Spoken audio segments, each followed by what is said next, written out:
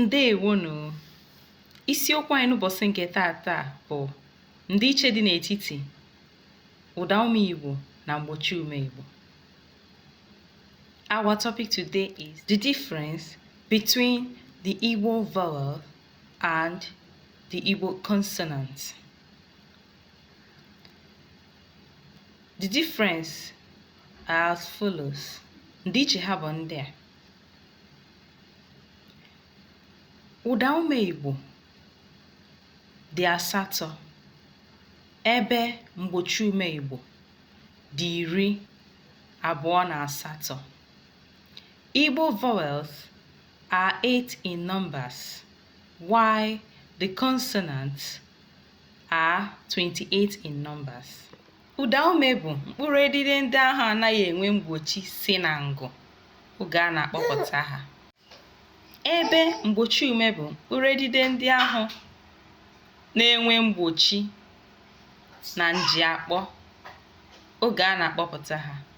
A vowel is a sound produced by a vocal cord which enables the air stream from the lungs to move freely to the mouth without any obstruction, while a consonant is a speech sound which is produced by a full or partial stoppage of breath. Ụda ume niile nwere ụda. Ọ bụ ya kpatara eji akanyere ha akara ụda olu n'asụsụ Igbo. Every vowel have sound. That is why to mark is being put on them in Igbo language. Example: ọmụmaatụ: aka, hand, ala, land, isi, head. Ọ bụ n'ile anya ị ga-ahụ ebe a kanyere akara ụda elu n'elu ya. If you look at these examples, you will see that the vowels are being to mark. Ụda ume na-ejedebe okwu Igbo. The Igbo vowels can end Igbo words. Example: ọmụmaatụ: aka, hand, elu, up, iko, cup. Ebe mgbochi ume enweghị ike ijedebenwu ezigbo okwu Igbo. The consonants cannot end a good Igbo word. Example: ọmụmaatụ: Okafọ, odo, oko. Ndezi ya bụ ndị a dị n'elu. Ụda ume Igbo na-akwụrụ onwe ha ghọọ otu okwu n'usoro ndokwa okwu. Ma ewepụ ụda ume u na ọ, Igbo vowel can stand on its own to form a word, except the vowel u and ọ. A na-ahụkarị nke a na nnọchiaha.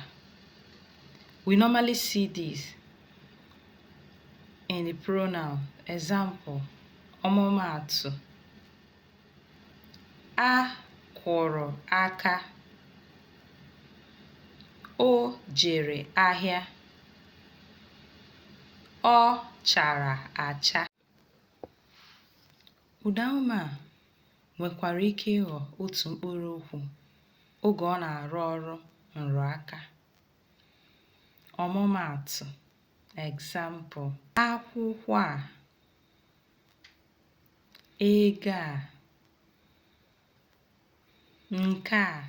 Ebe mgbochi ume Igbo enweghị ike ikwuru onwe ya ghọọ otu mkpụrụ okwu n'ụtọ asụsụ Igbo. Why Igbo consonant cannot stand on its own to form a word in an Igbo grammar.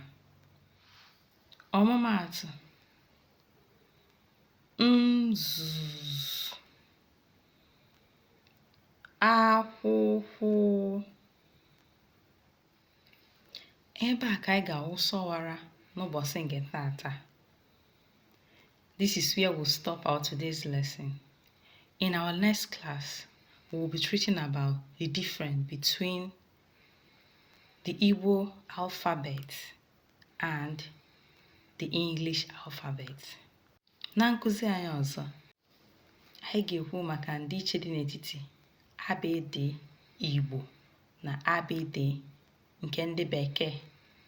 Biko n'udododo, please like, comment, share, and subscribe on our channels.